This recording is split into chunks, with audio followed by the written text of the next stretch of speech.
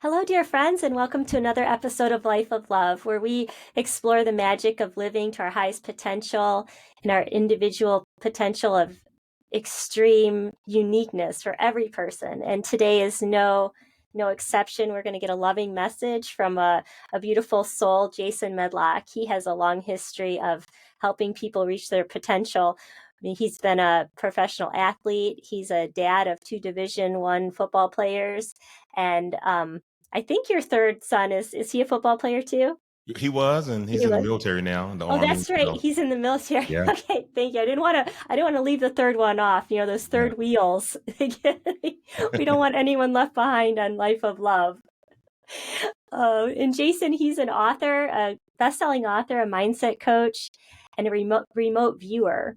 So he uses all his experience of being an athlete, being a dad, being a hypnotherapist, and he brings it all together in this alchemy of hope and light to help people reach their highest potential. So I'm just really delighted, Jason, that you're on Life of Love today, and I can't wait to pick your brain. Thank you, Julie. I'm glad to be here, and I'm excited to just share to the audience, to your audience, a lot of the wonderful things that we possess from within. Mm, I love that. And that resonated with me so much. And I loved our pre-interview conversation. And I'm just really excited to share with the audience what we have planned. So everyone stick around because we have lots of goodies and it's going to be a very meaningful conversation. Um, I just, I really am excited to get into the idea of your advanced consciousness. And you wrote about it in your book. You write about advanced consciousness and the huge human potential. And I was just wondering, how did you discover that each person has this huge potential? Just by understanding the concepts of remote viewing, when my instructor Tony Civilale um, taught me scientific remote viewing. And I have another instructor, David Wallace, who taught me associate remote viewing. So I know two different brands of remote viewing. Mhm. The fact that we're able to use our consciousness and move it to different places in the galaxy, different dimensions, millions of miles away or thousands of miles away, um, it resonated within me uh, with the understanding that uniquely our conscious is very special and it's unique to each and every one of us. We know that our conscience is not local. We know that Mhm. our conscience is beamed in from a higher source. So we know this. And, these concepts that I've learned on how to locate things or how to predict future events. And Julie, we use it with, Reiki masters use the pendulum to find out where there are blockages and it sways back and forth for blockage or no blockage. We use the sway test, and I know a lot of people have probably seen that on Google, where you hold your body still and you sway back for no and forward for yes. Well, those are answers from the subconscious mind. Mm. Consciously, the higher self will guide you. And similarly, in remote viewing, we're taught to um, know the difference between the conscious mind and the subconscious mind, and who's actually speaking to you. Because when we need the answers to figure out where's this object, what's behind this door, this safe of the door, what where what are there bases on the moon, you know we have to differentiate between, is that me talking Mm. consciously, my left side of my brain, or is that the subconscious mind giving me the information? The subconscious mind knows everything about us, everything that we've done, everything that we will do, and everything that we're doing right now. It knows everything that we want to know.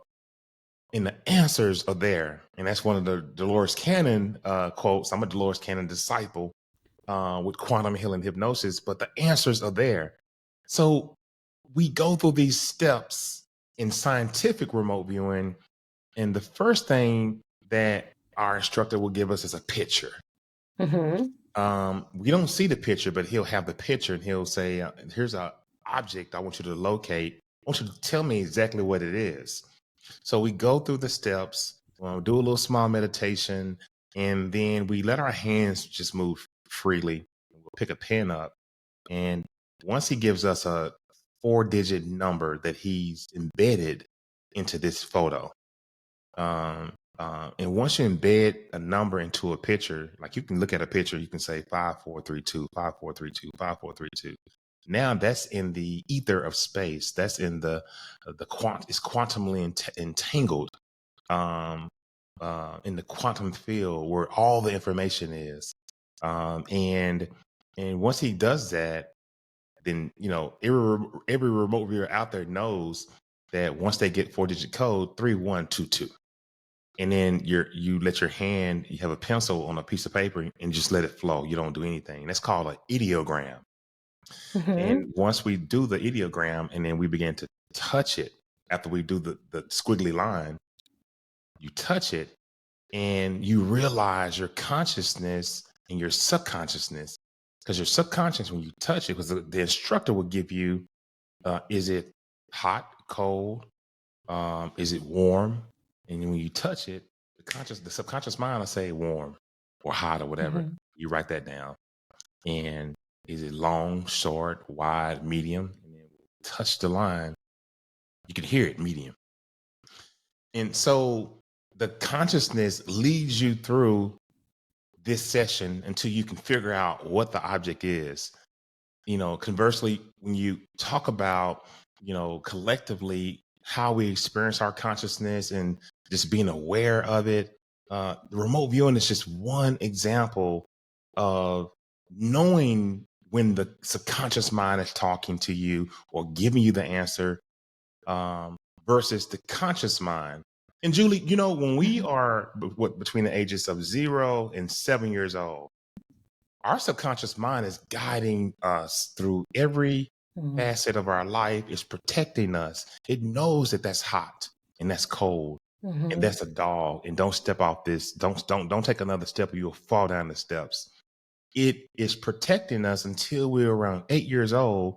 Then our conscious mind takes over and it Mm-hmm. begins to develop who we are according to the construct uh, of our environment. And whatever our environment is, our conscious mind begins to adapt to it, and we Mm-hmm. start to grow into who we are. So I often get asked, well, how can you tell the difference on who's speaking or what action to take?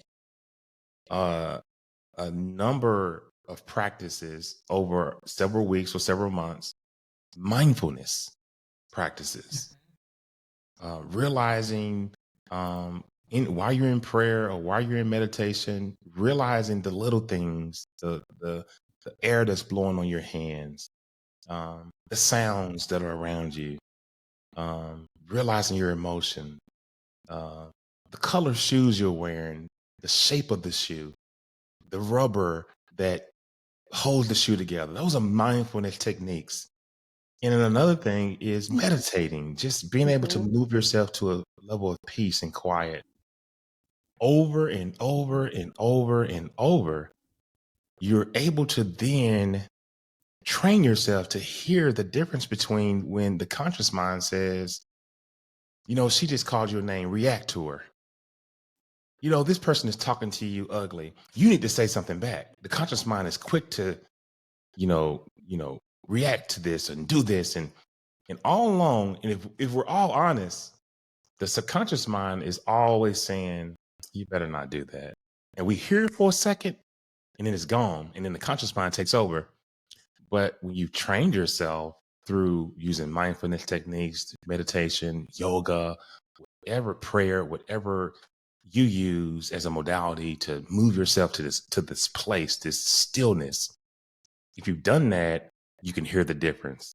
And that's my take on the subconscious mind and how we all have this and how it's interchangeable and really how to look at it, so to speak. Oh, I just love that. And there's I have so many questions, but I I think know.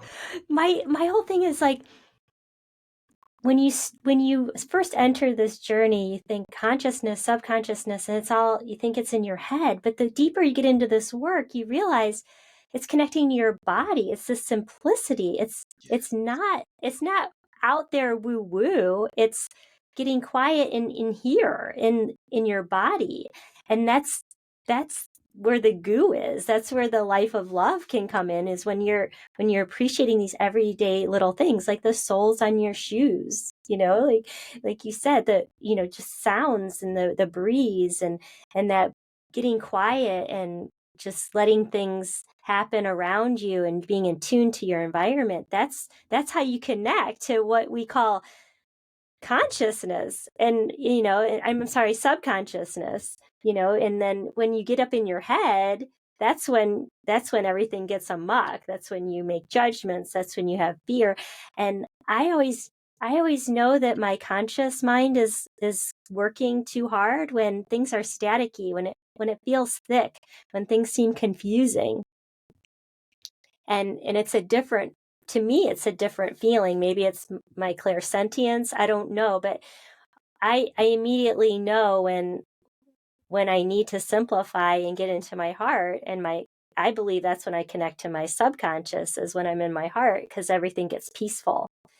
When things seem chaotic and staticky, that's how I know I'm in my conscious mind, that part of me that's trying to control, manipulate, instead of reacting and being in response and resource, because you have to get quiet to know your options. Otherwise, you're just on a survival mode. So it's a lot of work to get to those places where you're quiet, like you're saying, like you're meditating, you're having mindfulness. It's that Um, infamous left side of the brain where the mm, conscious mind has the most influence.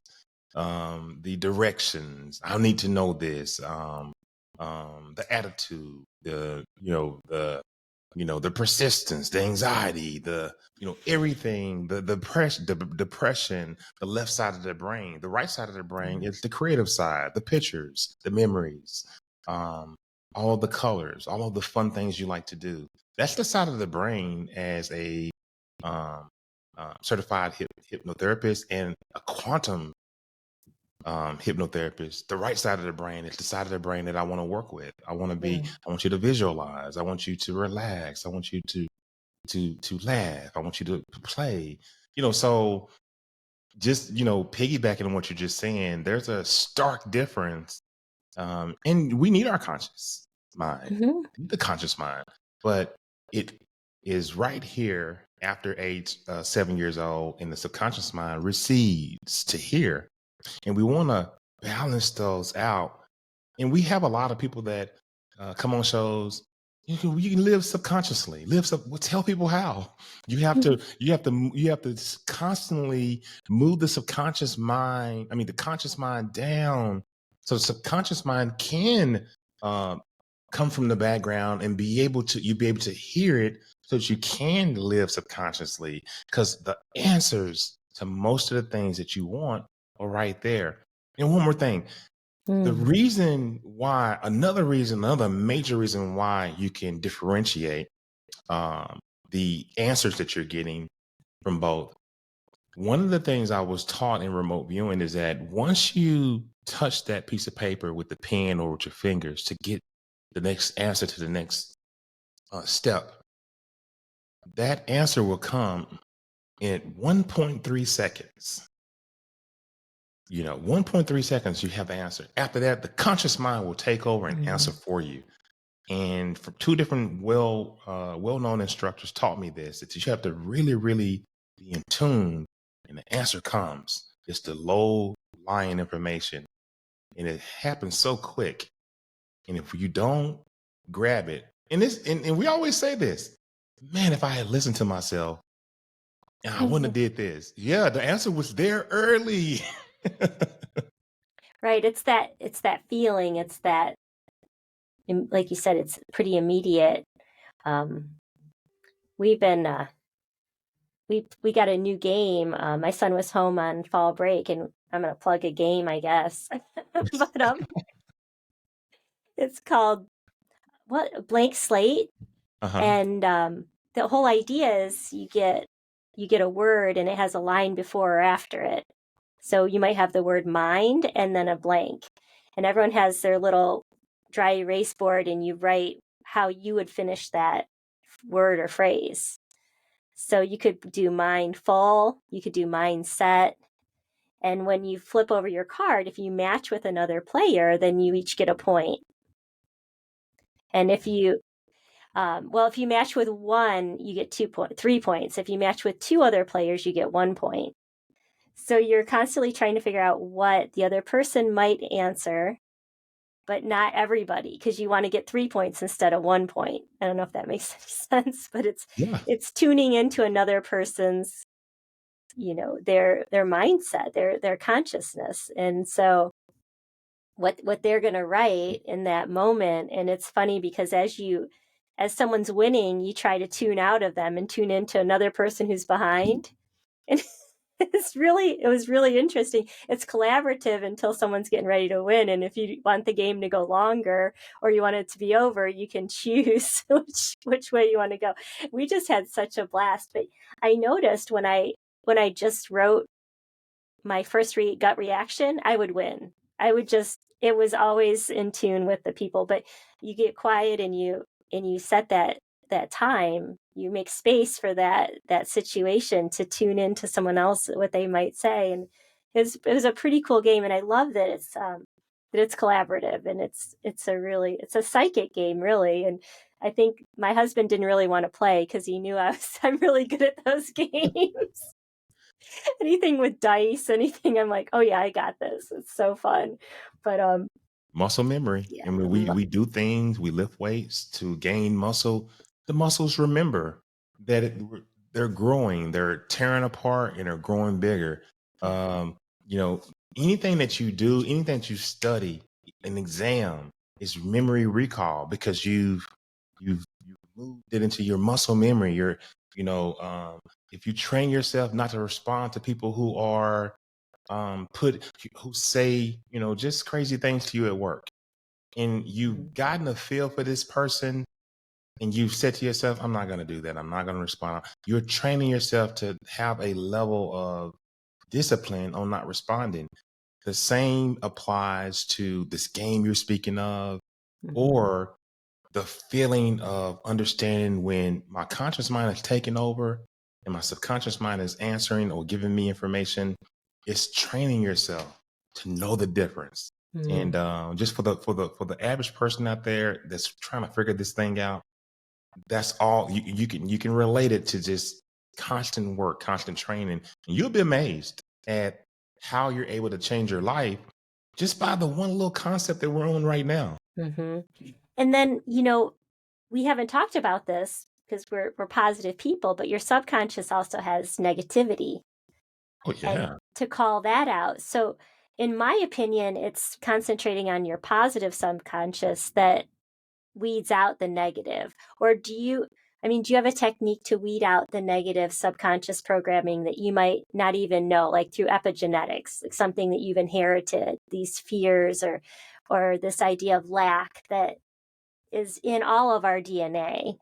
Um, how do you address the negative subconscious, or do you think it all gets brought up by when you're more positive with the Well, focusing on your limited beliefs, limited Mhm, limited thinking. Um, and let's just get this straight. mhm, If you are a negative person and you're using your you've trained yourself to be ruthless and to be, that's what you're gonna get. The subconscious mind works both ways. Creating new neural pathways in the brain, and installing more software, you're gonna get negative if you think it works both ways. If you think mhm, negative, if you think malicious, if you think in a way that's underhand, everybody that you come in contact with, snake behavior, that is what mhm, you will get. And God has given us the ability to be good or bad, to be positive or negative. But if you are a person who's trying to empower yourself and you recognize that I, I'm at 65,000 a year. Um, I don't know why I'm not able to get to 85 or to 100,000 a year. Something is wrong.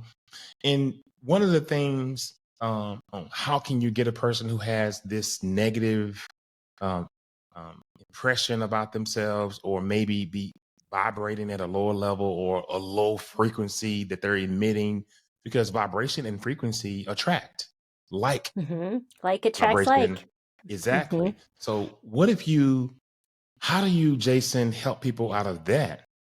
Well, it's very, very simple. Can the person who's requesting this self-realize that about themselves? Because when you get a client, and Julie, you know that, you can't work with them unless they can see the issue. Even after you've done your consultation with them, your intake, and you're sitting with them, you're getting ready to work with them, you're saying, now tell me the problem. And, well, I don't know why he and my husband did this, and my daughter did that, and this person and that person. Okay. So all of these things are happening with you. Is there anything that's happened in your past that you can talk about that may have triggered some of these feelings that you have? And I don't want to spend a lot of time, but you try to get them to be self-aware.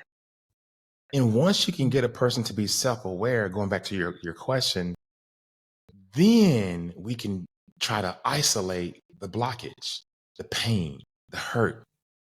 And as a regression therapist as well, I'll use a technique to move you back into a different lifetime if I cannot identify where it is in the current life. And then we move you back into a different lifetime and then explore um, different lives that you may have lived to see where did this behavior come from that is plaguing you, that is bothering you in the current lifetime. But we cannot do that unless you have self-realized and you have um, just been letting yourself be honest. Honesty and trust are the key to help anybody change whatever it is that they're dealing with. Honesty and trust. And well, okay, Jason, that sounds easy, but I have a patient who's really, really deep down into herself. Like, she is rooted that it's everybody else but her. Well, the interview process, the questions, you have to listen as a practitioner. The more you listen and let them talk, the more they become comfortable and the more they trust. Put your pen down, put your pencil down, practitioner, put it down and just listen to them. They feel that you're listening. That builds trust. And the more trust, the easier it is to complete a session and to find the issue. And then when you find the issue, then you isolate it, and then you try to figure out, when did it happen? And if you're not a regression therapist, then when you find the issue, then you use powerful questioning. This is coaching stuff now. You use different techniques of questioning so they can continue to realize, wow, if my attitude wasn't so bad, maybe this is why this wouldn't happen. Yeah, I am cranky in the morning. You know what? I do things without my husband knowing. He has to find out on the credit card bill. Why do I do that? Jason, you're right. But that's all about empowering them to talk. You know, you To know, get to that, if they didn't feel worthy, because that's the only reason you would hide something on the credit card bill is you didn't think you deserved it, and you're just sort of sneaking it. You know what I mean? And that gets to self-worth. It's so wonderful. It's so yes. beautiful. I'm curious as just a person. Um, when did you discover remote viewing? Was it after your professional athletic career? Is it during? Did it change something in your life drastically? Like, what was your, because not everyone says, I want to do remote viewing. I mean, that's an outlier. So I'm wondering how that spurred in you. I discovered remote viewing in the middle of my spiritual journey, my spiritual walk. Prior to that, obviously I'm a Methodist, I still am, Christian, but my work does not intersect with religion at all. And I have to tell people that, because they want to make my work religious. And I'm like, no, I don't want It to have that conversation. transcends. This Yeah, kind of let's stuff transcends all religion. And yeah, let's it's part of religion. Like I know that the spirituality is found in religious dogma, but this is nothing you can label as this, that, or the other. This is a whole different thing. a whole different Yes. thing. It's just a technique, Mm-hmm. So when I was able to, my sister would give me affirmations every day. When I was in college, and affirmations, I was saying them. I'm like, Mm-hmm. okay, I will be a great student athlete. I will get scholarship athlete of the week. I will be a good football player. These things started to happen for me, Julie. I was like, wow, this is happening. Get out of Mm-hmm. college, and had a hiatus on doing that and just living life. And later on in my 30s, you need to. This is my sister talking to me, Tereska. I want you to watch a movie called The Secret. I said, okay, what does it do? Just watch it. I watched The Secret. I'm like, law of attraction. Okay. Vision boarding, metaphysics. Okay. So I would do whatever she wanted me to do because she was sort of my guide, guiding me on, just, being aware of spirituality. Mm-hmm. Got into all of that. All that stuff started to work. The vision boarding parties she would have every year, the images I would put up on my board, I would look at them the whole, half the year. Julie, those things were starting to come true. And I'm like, man, some of this stuff works. How'd you learn about all this? And then Mm-hmm. COVID-19 shut all of us down and made everybody self-reflect. If you were at home all Mm-hmm. day, every day, it was just wow. And I read Belinda Womack's Lessons from the 12 Archangels, that one of the most beautiful books I've ever read in my life. And it spurred my spiritual journey. So along the way, learning different modalities, like Reiki, I'm a level 3 galactic energy healer. Same concepts as Reiki. Instead of rubbing our hands and using the heat from my hands to generate this energy to and open, using the pendulum to open these chakras, and we use patterns. And I learned astral projection. Um, then I had a spiritual coach I hired. So I was going through this journey, and remote viewing I was drawn to it. And I came in contact with remote viewing because all these things I started to learn about myself. And once I started to understand what remote viewing was, I knew it was dealing with the conscious mind and the subconscious mind, how to use the subconscious mind to answer questions. And once I said, okay, I'm going to start taking remote viewing because I want to be able to use this as a tool to help people in different situations. And then I learned how to do it, and I then became an associate remote viewer. And that's more like um, it's the same thing as being a psychic medium. You go see a psychic medium to ask questions, and figure out this. Well, a social remote viewing is a yes or no type modality, where you go through these steps, and we use pictures instead of scientific steps. And the Mm-hmm. pictures tell us the answer just by sketching what we feel, because you have these envelopes with these pictures in it, and you Mm-hmm. ask the question, and you shuffle the envelopes, and you say, show me the image that represents the actual slot machine that Julia wants to play when she goes to Las Vegas. And I'll pull that photo out, and I'll shuffle the next 9 Mm-hmm. pictures in the envelopes. Show me the photo that doesn't represent the slot machine that Julia wants to play when she goes to Las Vegas. Pull that photo out, and then I'll meditate for about 10 minutes, and I'll come back so that I can move myself deeper to the subconscious mind. And before I open these 2 photos, I'll sketch what I think the correct answer is, so that Julie can get the right slot machine in Las Vegas. And when I sketch it, I'll open up envelope 1 and look at the photo, and I'll grade the characteristics of the photo versus what I sketched. And I'll open up envelope 2, and I'll look at the photo, and then it looks more like what I sketched. So Harold Oh. Puthoff is one of the um, pioneers of remote viewing, and Mhm. Harold Puthoff created this formula that you use in associate remote viewing, using photos and matching the characteristics of what you sketched, what the subconscious told you was the right answer.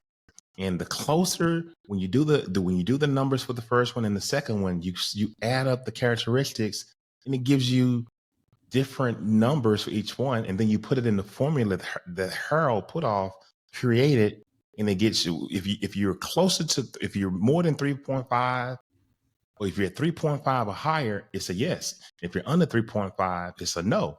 So that's the basis of remote viewing on how you can use that modality to answer business questions, predict up or down on stocks, Mhm. predict the outcome of future events, the outcome of sporting events, baseball. I have around a 53% hit rate with NBA games. And when I learned how to do this from David Wallace, Mhm. I said, David, is this all you use it for? Is to predict, gaming and all that? He's like, no, I use it for a lot of things, but I perfected it with sporting events and stocks and the lottery. And do your homework on David Wallace, ladies and gentlemen out there. He's won the Florida lottery twice. Yeah. The name of his book is Picking Winners, and that's how I found him.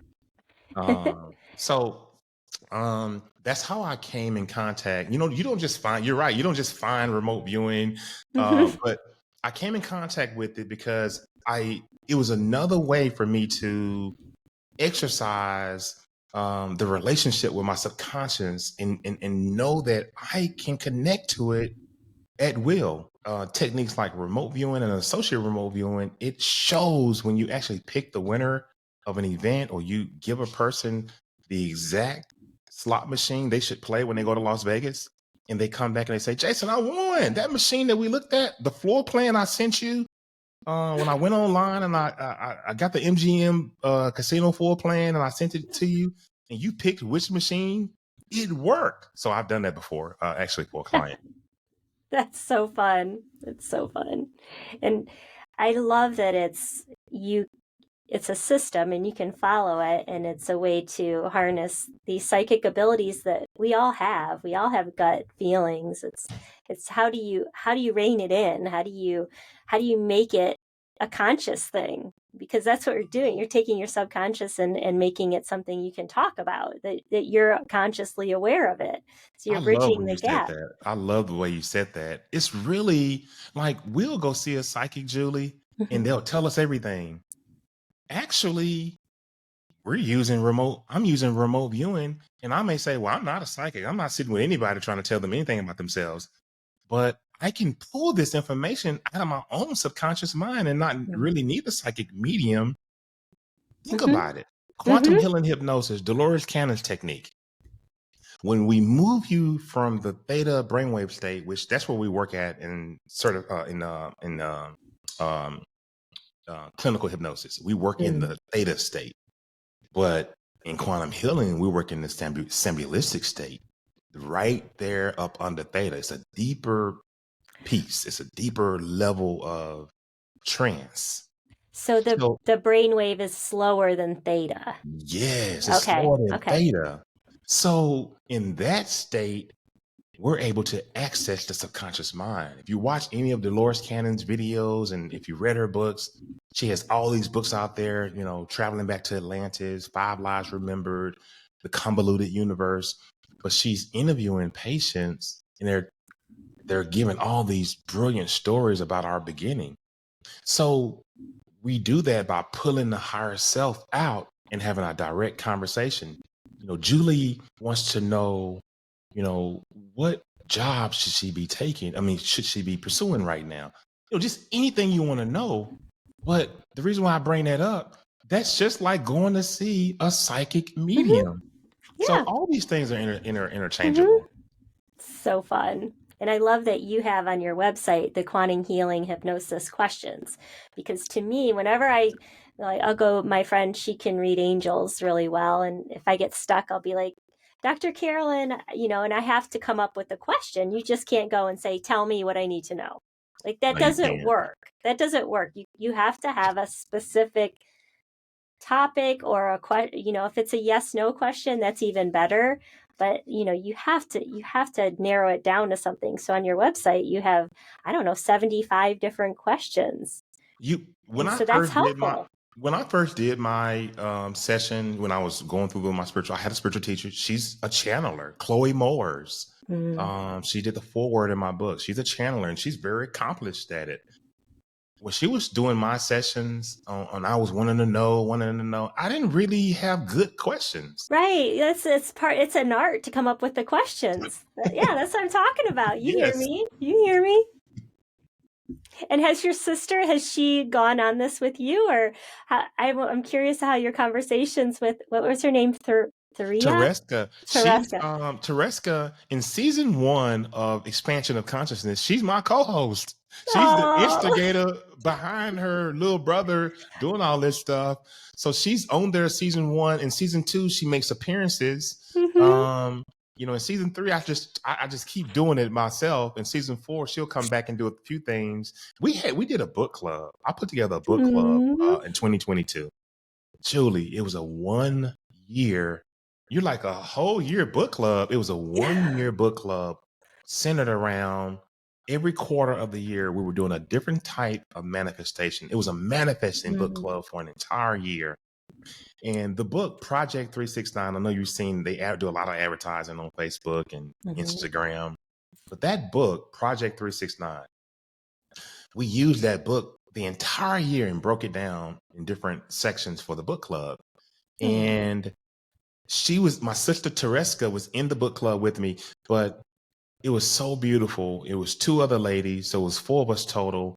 Every lady in the group had a powerful experience of manifesting the entire year in at least one. It was multiple breakthroughs, but at least one item or one ask per lady in the group. It absolutely happened for them, and some were multiple, including myself. I write about it in the book, and I have a Hmm. whole chapter on manifesting, and I talk about all the techniques that we use. The water alchemy technique, 333, 3 times a day. Write it 3 times each, 3 times a day for 3 weeks. Hmm. Okay, so that's the premise of it.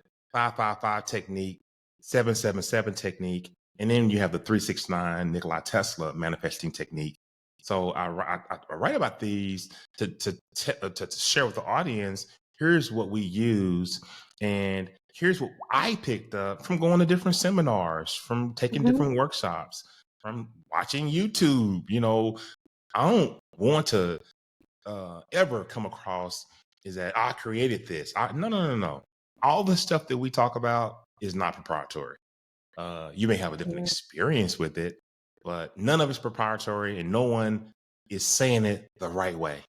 We're Hmm. everything is interchangeable, and there's no. Well, I practice this technique. I found this to be more effective. No, all of it is effective. It's about Hmm. intention. It's about how it hits you and how Yes. what you need to hear, and if you're ready to hear it. And it can come from, that's what I love about having guests, because I realize there's these common messages. It's just how your ears need to hear it, and Yes. how you're ready. So that's the beautiful thing about being a spiritual. I say it's an activator. We're activating different light in people, and take what serves you and leave what doesn't, and it's all good. It's Yes. all fine. So I really appreciate the time you spent with us today, and I'm really excited about your book, and thank you for he's sending me a free copy, which is really nice. And I'm sending him my audio book because he listens to those. So we're a big Life of Love community, and I just can't wait to see where you go from here. Well, thank you so much. And you know, and when I was writing this book, I wrote it really to just kind of recount my spiritual journey Hmm. and the wisdom that I was picking up. Just from different modalities, and you know. I envision the book as a compass for those that are out there yearning to go beyond their current situation. The boundaries that people set on what they will listen to, and my religion saying I can't do this. And I just kind of challenge people to delve deeper into themselves. Um, and you can find out a lot about yourself just by spending time with you. And Mm, that book is an open invitation. Just mm, if the spiritual hunger is calling you to learn different modalities, then I'm recounting my exploration to the fullest. I'm doing a lot of research on different modalities, how they started, mm. where did it started at, in my experiences, and ultimately, in each chapter, I give a detailed path on how you can do it too, and how it can help you.